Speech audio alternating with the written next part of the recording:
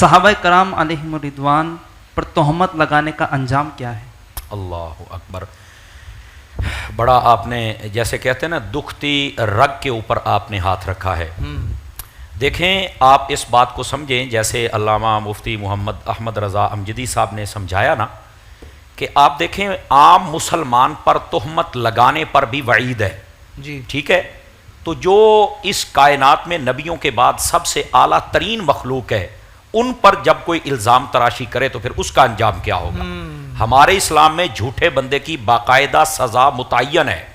اگر اسلامی حکومت ہوتی تو میرا خیال ہے کہ ان سب کو آج لٹکایا جاتا اور وہ 80 کروڑوں کی سزا وہ تو ضرور ملتی.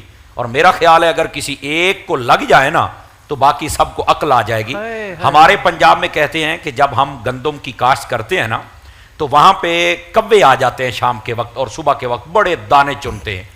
تو ہمارے جو زمیندار لوگ ہیں وہ کہتے ہیں کہ ایک کوا مار کے لٹکا دیا جائے. جب وہ لٹک جائے نا تو دوسرے کوے جب دور سے دیکھتے ہیں نا کہ یہ کالے رنگ کی کیا چیز ہے جو لٹکی ہوئی ہے تو وہ جب اس کو دیکھتے ہیں نا کہ یہ کالا لٹکا ہوا یہ تو ہماری برادری کا ہے تو وہ سارے ہی بھاگ جاتے ہیں. اگر آپ نے فصلیں بچانی ہیں تو آپ کو ایک مار کے لٹکانا پڑے گا اور اگر آپ نے نسلیں بچانی ہیں تو پھر بھی آپ کو ایک گستاخ مار کے لٹکانا پڑے گا. یہ ذہن نشین فرما لیں. رہ گئی بات نبی پاک صلی اللہ علیہ وسلم آپ کے صحابہ پر تہمت لگانے کی تو یقین فرمائیں اس پر امام مستغفری کو اگر پڑھا جائے تو آپ نے لکھا ہے حضرت سیدنا صدیق اکبر رضی اللہ عنہ حضرت فاروق اعظم رضی اللہ عنہ جن کو شیخین کریمین کہا جاتا ہے ان پر تہمتیں لگانے والے بندوں کو رب نے خنزیر بھی بنایا اور بندر بھی بنایا. باقاعدہ طور پر کئی سالوں تک ان کو گھروں کے اندر قید کیا گیا بلکہ یہاں تک کئی بندے اندھے ہو گئے کوڑی ہو گئے ان کے ہاتھ اور پاؤں شل کر دیے گئے. اور جب بزرگ قریب سے گزرتے تھے پوچھتے تھے تجھے کیوں سزا ملی تو وہ کہتا تھا کہ میں صحابہ کرام پر تبرے بولتا تھا بکواسات کرتا تھا تہمت اور الزام لگاتا تھا ان کو برا بھلا کہتا تھا جس کی وجہ سے مجھے یہ سزا دی گئی ہے.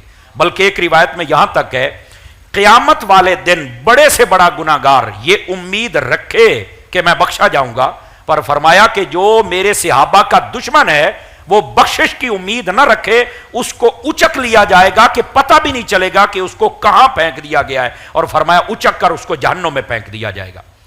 بن رضوان ہاؤس آف ایسٹرن ویئر جس میں آپ اور آپ کی فیملی کے لیے ہے بہت کچھ. ڈیزائنر قمیص شلوار عربک توپ پرفیومز عطر کافی کیپس یہ سب اور بھی بہت کچھ حاصل کرنے کے لیے ابھی ویب سائٹ یا اسٹور وزٹ کیجیے www.binrizwan.com.